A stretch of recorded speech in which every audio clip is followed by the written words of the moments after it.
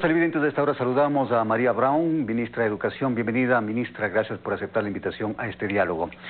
A menos de una semana del inicio del año lectivo de la región Sierra y Oriente, ¿cuál es la realidad de los establecimientos educativos fiscales, ministra, cuando se habla de que todavía hay problemas en el tema de infraestructura, por un lado, y por otro lado, que algunos de estos establecimientos sirven como puntos en el proceso de vacunación? Es la primera inquietud. Bienvenida, ministra, buenas tardes. Muy buenas tardes, muchas gracias. Así es, estamos próximos al inicio del nuevo año lectivo del régimen Sierra Amazonía.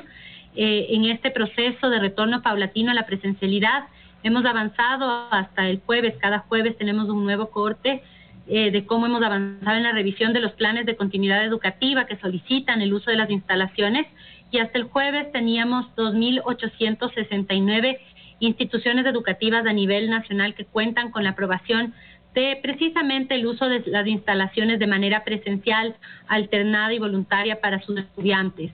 De estas instituciones educativas, 1.533 pertenecen al régimen Sierra Amazonía y tienen un PICE aprobado.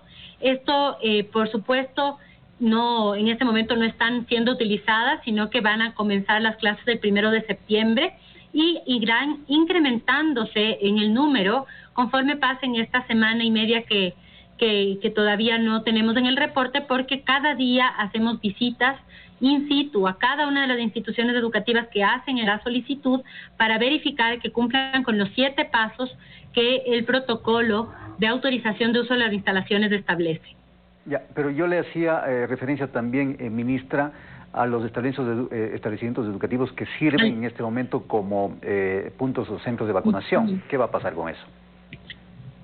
Sí, tenemos todavía puntos de vacunación en instituciones educativas. La gran mayoría de ellos son aproximadamente 300 puntos de vacunación de los casi 14.000 instituciones educativas que tenemos a nivel fiscal. Cada vez que existe una institución educativa que es un punto de vacunación en donde la comunidad educativa ya desea retomar la presencialidad, hacemos una coordinación con el Ministerio de Salud Pública para reubicar el punto de vacunación a un espacio que no vaya a ser utilizado.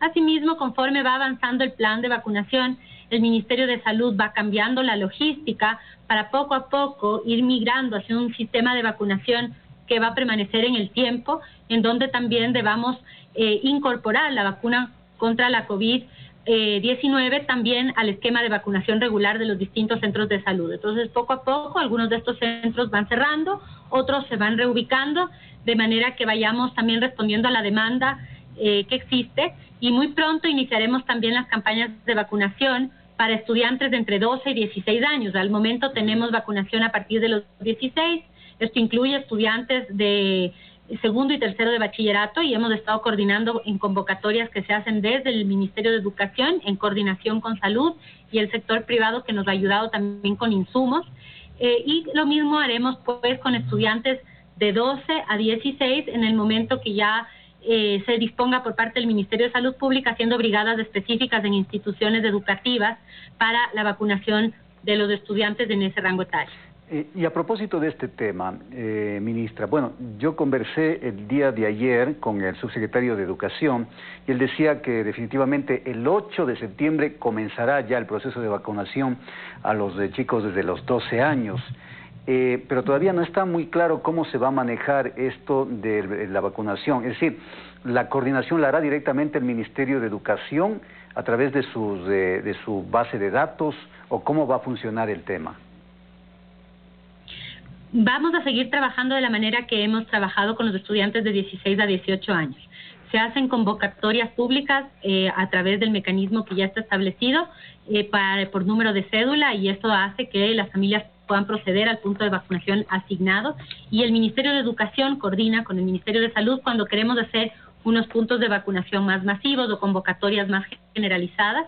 Ellos son los líderes de este proceso. El Ministerio de Salud es el líder del proceso, y nosotros, como Ministerio de Educación, estamos a su servicio y a su disposición con todo nuestro contingente, docentes, directivos, personal de limpieza, personal administrativo que ha apoyado desde el inicio de este plan, y así lo continuaremos haciendo. Entonces tendremos algunas modalidades, en donde los estudiantes acudirán a un punto de vacunación incluso externo al Ministerio de Educación, y otros que haremos de estos puntos específicos. Hemos trabajado también en la vacunación de niños de 12 años en adelante con enfermedades catastróficas, en donde cruzamos las bases de datos y podemos convocar de manera más certera y más cercana a los niños y a sus familias, porque claro, en el Ministerio de Educación tenemos también los registros de matrícula estudiantil, y esto nos permite conocer en detalle dónde reside la familia, cómo ubicarles a través de la institución educativa. Y es así que nosotros hemos apoyado al Ministerio de Salud a llegar con información pertinente y adecuada sobre la fecha y momento para la vacunación a nuestros estudiantes y sus familias. En el caso de los menores, de este proceso de vacunación de los menores, ¿igual será voluntario? ¿Requerirán de algún tipo de autorización de sus padres? ¿Cómo va a funcionar, ministra? Bueno, el proceso de vacunación, como conversábamos hace un momento, está en manos del Ministerio de Salud Pública, y los protocolos sobre las autorizaciones de los menores de edad están en manos del Ministerio de Salud, y son ellos quienes pues tienen que gestionar que esto se dé de la manera más adecuada en cuanto a la vacuna.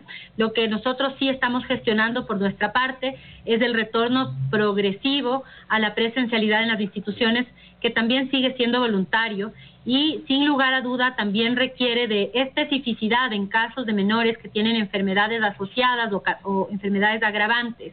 El protocolo actual ha planteado un acápite específico para estos casos, en donde tenemos que tomar en consideración que incluso el momento en que ya exista un alto grado de vacunación tanto de los estudiantes como de los docentes, que ya están en su gran mayoría vacunados con las 2 dosis, estos estudiantes están en un mayor riesgo de exposición y pueden tener algunas especificidades en el tratamiento que les va a impedir asistir de manera presencial, y para eso estamos trabajando sobre la oferta de modalidades a distancia para todos aquellos estudiantes que por cualquiera de estas razones, a pesar de querer la familia que vayan de manera presencial, no lo van a poder hacer por un tiempo. Ministra, ¿cuál es el alcance precisamente de las regulaciones que tiene el Ministerio de Educación sobre los establecimientos educativos en torno a la presencialidad? Porque, claro, el tema de la presencialidad es, por un lado, es voluntario, pero habrá personas que dicen, a ver, yo quiero que mis hijos vayan todos los días presencial, ¿sí? Pero habrán establecimientos educativos que dirán, yo no puedo, por cuestiones de aforo, tener a su hijo todos los días, y esto se lo va a hacer escalonado, es decir, como comúnmente se habla, saltando un día. ¿Esta posibilidad la deciden los colegios, la regula el Ministerio de Educación, o qué pasa? Porque también habrán padres que dirán, a ver, yo quiero hacer mi planificación para mi trabajo, es decir, o mando a los niños, a los chicos toda la semana, o los tengo en la casa en internet. Entonces, ¿de quién depende esto? Esto depende de cada institución educativa, y esto me permite entrar un poco en detalle en cuál es el protocolo para poder autorizar estos retornos. Primero, se verifica que la institución educativa cumpla afirmativamente con algunos requisitos, entre ellos el contar con servicios básicos o equivalentes, tener un proceso de adaptación de la infraestructura, la desinfección y la bioseguridad. En los casos de instituciones fiscales, para poder autorizar el retorno, el Ministerio de Educación provee de todos estos insumos que son necesarios. Asimismo, los procedimientos de autocuidado deben estar claros y tienen que tener un plan socializado con toda la comunidad. El segundo paso es calcular el aforo, y esto lo hace la institución educativa en función de la disponibilidad del espacio. Tenemos que tener un espacio disponible de 2.25 metros cuadrados por persona que va a estar en el espacio, de manera tal que se pueda respetar la distancia mínima de 1.5 metros cuadrados que dispone el instructivo. El tercer paso es determinar si es una institución ubicada en una zona de alta densidad poblacional, una ciudad muy poblada, en que tiene unas condiciones distintas a una zona, por ejemplo, de baja densidad poblacional, que no tiene conectividad, no tiene acceso a Internet, y por lo tanto el plan y el procedimiento de aprobación del plan también va a variar de acuerdo a estas condiciones. Cuando son instituciones en zonas muy densamente pobladas, como puede ser la ciudad de Quito, la ciudad de Guayaquil, Cuenca, Esmeraldas, tenemos que considerar también qué porcentaje de los estudiantes se trasladan en transporte público o en transporte escolar para que la institución educativa pueda planificar el transporte. Una vez definidos estos pasos previos que acabo de mencionar, llegan al acuerdo con las familias y junto a las familias construyen, primero, la autorización de uso de las instalaciones de cada padre de familia para sus hijos o de cada representante legal para sus hijos, y en segundo lugar, el sexto paso, que es la planificación de asistencia, que es exactamente lo que tú acabas de decir. Por cada grado y por cada curso, en qué día y en qué horarios van a asistir de manera presencial los estudiantes. Esto se ingresa al sistema CIMOS-PICE y la familia ya puede planificar en qué horario y qué días hay presencialidad.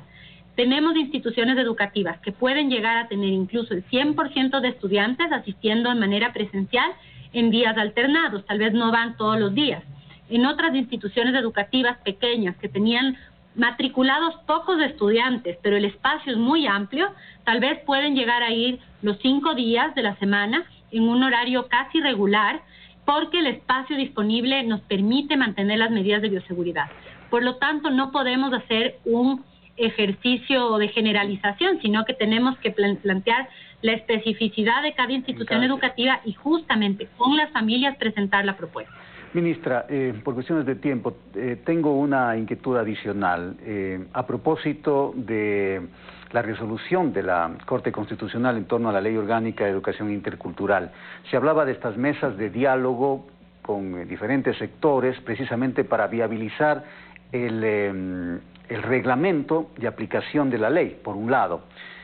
Por otro lado, lo más complicado es el tema del financiamiento, que entiendo que deberá de resolverlo la Asamblea Nacional. Pero en lo que le compete al Ministerio, ¿cómo han avanzado estos diálogos para precisamente viabilizar la ley? Bueno, tuvimos ya varios diálogos sobre distintos aspectos de la norma y su aplicabilidad, incluso previamente a que esto pase a la Corte Constitucional, y ahora ya es el momento de establecer las mesas de diálogo que habíamos anunciado. Este es el Gobierno del Encuentro, y estas mesas del Encuentro por la Educación y Construcción Participativa del reglamento son parte de la propuesta que se ha realizado desde el inicio.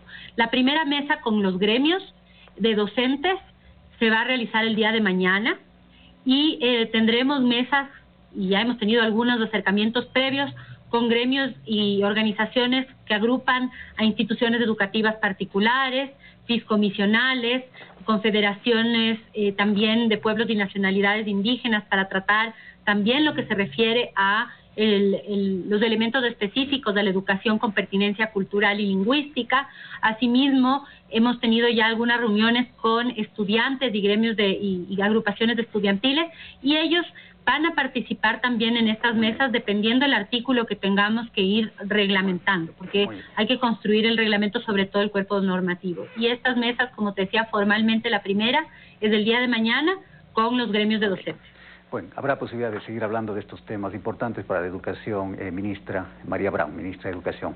Gracias por habernos acompañado en este diálogo. Hacemos